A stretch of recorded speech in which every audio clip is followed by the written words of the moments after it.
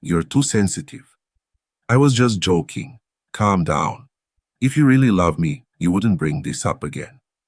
If any of those sentences made your stomach drop a little, stay right here, because you've already experienced tactic number 1, and you probably didn't even know it had a name. Here's the uncomfortable truth. Manipulation doesn't look like a villain in a movie. It looks like your partner, your boss, your parent, or someone who smiles at you, while quietly rewriting your reality. And the reason it works so well is because these tactics aren't random. They're predictable. Psychological patterns used by manipulative and narcissistic people over and over again. Once you learn to recognize them, you start seeing them everywhere. Today, we're breaking down 7 of the most common manipulation tactics, along with the phrases and behaviors that reveal them, so you can spot them in real time before they start messing with your head. First is gaslighting, where someone denies your reality so often that you begin trusting their version of events more than your own memory. You'll hear things like, "That never happened," "You're remembering it wrong," or "You're overreacting." The goal isn't to win an argument. It's to make you doubt yourself enough that you stop trusting your own judgment. If you regularly leave conversations feeling more confused than when they started, that's a major red flag. Next is DARVO, which stands for Deny, Attack, Reverse, Victim, and Offender.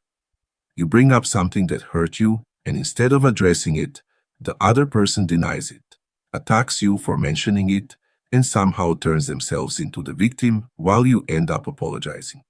If you constantly find yourself saying sorry for things that weren't actually your fault, that's often DARVO at work.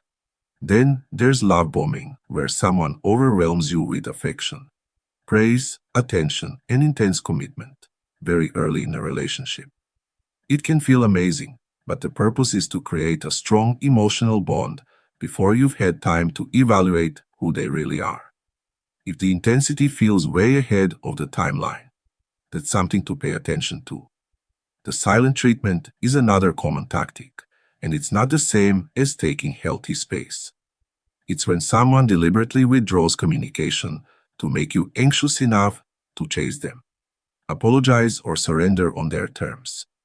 A key sign is that the silence ends only when you give in, not when the issue is genuinely resolved. Then we have triangulation, where a third person gets pulled into the situation to create jealousy, insecurity, or competition. Statements like, "My ex never had a problem with this," or "Even your friends think you're being dramatic," aren't really about the third person. They're about weakening your confidence and making you feel replaceable. Moving the goalposts is another exhausting tactic, where every time you meet an expectation, the expectation changes. Nothing is ever enough, and approval always feels just out of reach. If you constantly feel like you're almost earning validation but never quite getting there, the target may be shifting on purpose. Finally, there are covert put-downs disguised as jokes or concern. Comments like, "I'm just worried about you," or "I'm only teasing," can quietly undermine your confidence, while giving the speaker plausible deniability. If you react, you're told you're too sensitive. And if you stay quiet, the comment still does its damage. Trust how the remark makes you feel, not the smile that comes after it. So let's recap gaslighting.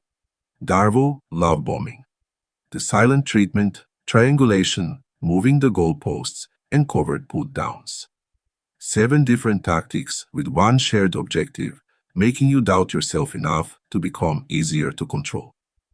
The moment you can identify what's happening, you take away a huge amount of its power.